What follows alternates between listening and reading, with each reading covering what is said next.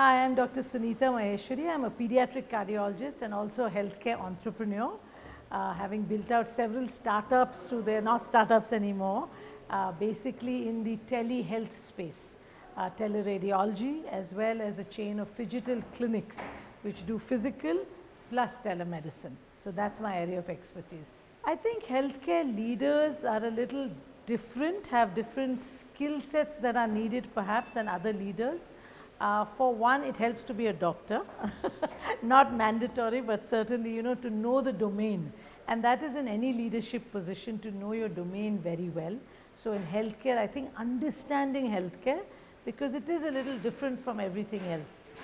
The second, I think healthcare leaders have to be able to work through kind of like multiple, like it's an obstacle course, how do you get things streamlined for the patient? How do you make sure they work? How do you make sure your doctors are happy? How do you make sure they're giving good quality care to the patients? If you're using tech, how do you make sure it's seamless? So I think there are a lot of challenges when you talk about good delivery, and so a leader must be able to be willing to work through challenges, so you need a positive mindset, you kind of have to be very cheery and positive. I would say the third thing in healthcare, especially in India, where you want to make sure people can afford your service.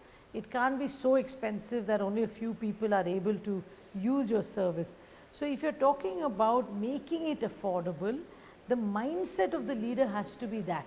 So empathy, I think understanding that someone else may or may not be able to afford. So how can I work on whatever I'm doing to make it affordable, to make the patient experience wonderful for those who pay and for those who don't.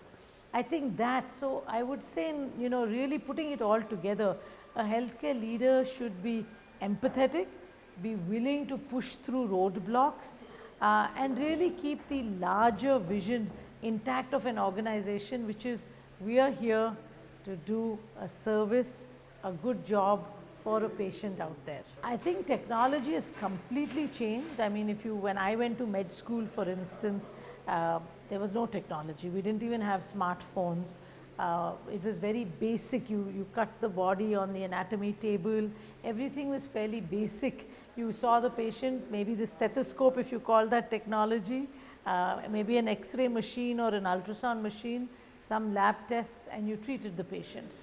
Today, technology has invaded every part of healthcare, from your front desk registration, where you have, your number, and today with government initiative, you're going to have your Aadhaar number, your UID number. So from having that, where your records will be stored, to the fact that you can see your doctor who's sitting 500 miles away through telemedicine, to the fact that you could get a diagnosis from a radiologist who's not sitting in your hometown using teleradiology, and finally the beginning, the shoots of AI, where that's going to really help a doctor become more efficient, help a patient. They can track their, their whoops, track their sleep, track their sugar levels.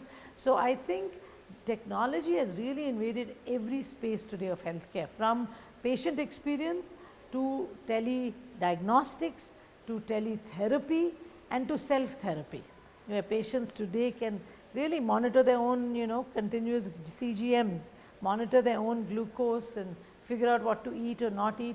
So it has invaded every aspect of our life, and it can only grow from here. I think this ET Health World event is fabulous in the sense it brings together leaders and practitioners of healthcare who are trying to scale solutions. I think that's the key. There are many solutions. Which one should you scale? Perhaps all of them. It's also trying to encourage, we talk about interoperability in technology. So I think an event like this tries to encourage interoperability among healthcare providers, among leaders themselves.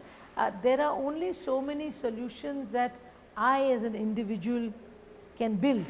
Only so many patients I as a doctor can see. An event like this enables us to kind of see the best of what's going on, and then figure out how to integrate that into the ecosystems we already have.